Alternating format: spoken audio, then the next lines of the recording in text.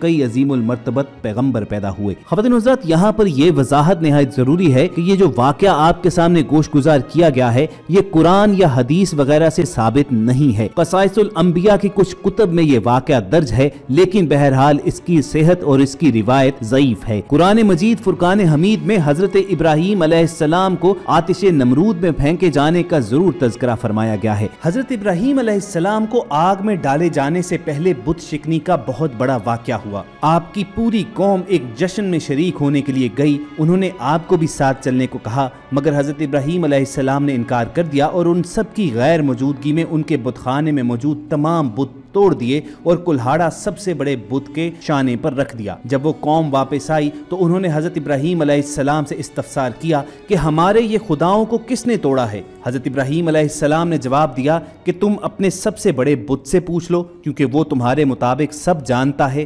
مقصد انہیں یہ باور کروانا تھا کہ جو بت نہ بول سکتے ہیں نہ دیکھ سکتے ہیں، وہ ان کی مناجات کیا سنتے ہیں اور وہ کیا طاقت رکھتے ہیں کہ ان کی عبادت کی جائے۔ مگر آپ کی قوم نے یہ بات سمجھنے سے انکار کر دیا اور حضرت ابراہیم علیہ السلام کو سرکش اور باغی قرار دیتے ہوئے انہیں آگ میں ڈالنے کا فیصلہ کیا گیا۔ پھر یوں ہوا کہ پوری قوم کو حکم دیا گیا کہ سب لکڑیاں اکٹھی کی جائیں، اور جب کافی تعداد میں لکڑیاں اکٹھی ہو جائیں تو ان میں آگ لگا کر ابراہیم کو منجنیق کے ذریعے کسی اونچی جگہ سے اس میں پھینکا جائے تاکہ وہ باہر نہ نکل سکے اور لوگ عبرت حاصل کریں۔ اس پر سب متفق ہو گئے۔ پھر انہوں نے ایک وسیع جگہ میں وہ تمام ایندھن رکھ کر اسے آگ لگا دی۔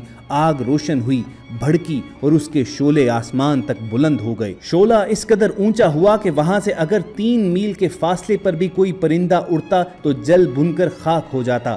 سب کافر سوچنے لگے کہ اب حضرت ابراہیم علیہ السلام کو اس الاؤ میں کیسے ڈالا جائے۔ تب ہیزن نامی ایک شخص نے ایک آلہ تیار کیا جسے منجنیق کہتے ہیں۔ اس سے پہلے یہ آلہ کسی نے نہ بنایا تھا۔ لوگوں نے ابراہیم علیہ السلام کو پکڑ کر باندھا۔ بہت سے آدمیوں نے مل کر منجنیق کو کھینچا اور ابراہیم علیہ السلام کو آگ کے الاؤ میں ڈال دیا۔ سورۃ الانبیاء میں ارشاد باری تعالیٰ ہے، ہم نے حکم دیا کہ اے آگ سرد ہو جا اور ابراہیم پر سلامتی بن جا۔ حضرت ابراہیم علیہ السلام جب آگ میں جا گرے تو کفار کا پہنایا گیا پیرہن ایک لمحے میں جل گیا، لیکن ابراہیم علیہ السلام کو کوئی نقصان نہ پہنچا اور بحکم الہی وہ آگ گلزار ہو گئی۔ اس آگ میں بھی ابراہیم علیہ السلام کو نعمتیں عطا کی گئی اور آگ آپ کو نقصان نہ پہنچا پائی۔ روایتوں میں آتا ہے کہ مسلسل کئی روز تک آگ کے الاؤ میں رہنے کے بعد حضرت ابراہیم علیہ السلام باہر آئے تو ان کو ذرا برابر نقصان نہ پہنچا تھا۔ ابراہیم علیہ السلام نے فرمایا کہ میری زندگی میں کوئی دن اور رات وہاں گزارے ہوئے ایام سے زیادہ خوشگوار نہیں گزرے۔ اس واقعے کے بعد حضرت ابراہیم علیہ السلام اور نمرود کے درمیان مناظرہ ہوا۔ ابراہیم علیہ السلام نے کہا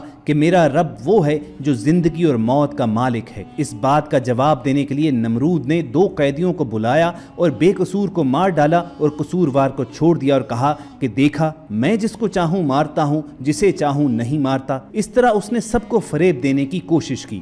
چنانچہ ابراہیم علیہ السلام نے فرمایا، سورۃ البقرہ میں ارشاد باری تعالیٰ ہے، ابراہیم نے کہا اللہ تو وہ ہے جو سورج کو مشرق سے نکالتا ہے، لہٰذا تو اسے مغرب سے نکال دے۔ اس طرح حضرت ابراہیم علیہ السلام نے اس کا جاہل اور عاجز ہونا واضح فرما دیا، لہٰذا اس کے پاس کہنے کو کچھ نہیں تھا اور اس کا منہ بند ہو گیا۔ لیکن نمرود مردود ہر بار توحید کی دعوت کو قبول کرنے سے انکار کرتا رہا۔ بالآخر وہ بولا کہ تو اپنے لشکر کو جمع کر لے، میں اپنے لشکر کو جمع کرتا ہوں۔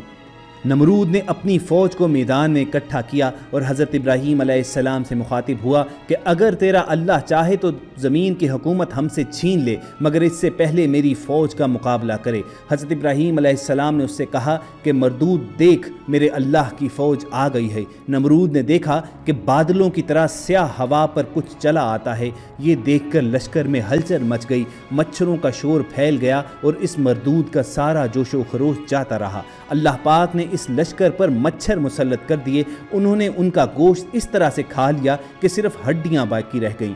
ایک مچھر اس پلید نمرود کی ناک میں گھس گیا اور دماغ میں جا کر اس کا مغز کھانے لگا۔ نمرود اس عذاب میں گرفتار ہوا کہ جس کا چارہ کچھ نہ ہو سکا۔ وہ ہر روز کسی نہ کسی سے سر پر لکڑی یا جوتے مرواتا، جس سے مچھر کچھ پل دم لیتا اور اس کو چین آتا۔ شب و روز اسی طرح سر پر جوتے کھاتے کھاتے گزرنے لگے، حتیٰ کہ اللہ پاک کے حکم سے وہ مردود کفر کی حالت ہی میں ہلاک ہو گیا۔